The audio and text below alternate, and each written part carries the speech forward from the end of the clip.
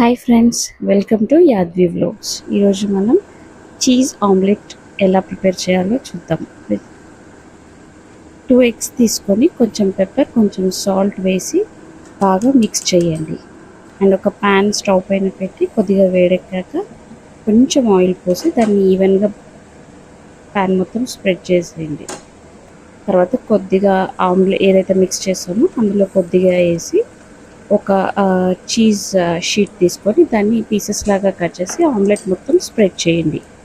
అక్కడక్కడ స్ప్రెడ్ చేసిన తర్వాత ఏదైతే మిగిలిన ఆమ్లెట్ మిక్స్చర్ మనం మిక్స్ చేసి ఉంటుందో అది మళ్ళీ ఇంకొక లేయర్ లాగా పైనుంచి పోసేయండి.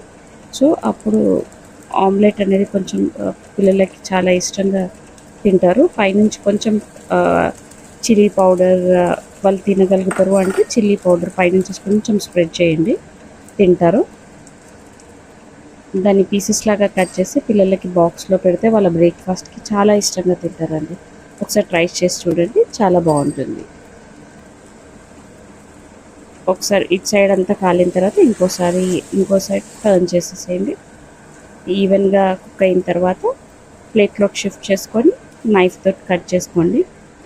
బాక్స్లో మీరు దాన్ని ట్రయాంగిల్ షేప్లో అలా కట్ చేసి పెట్టేసేయండి. చాలా బాగుంటుంది, ట్రై చేయండి. Thank you.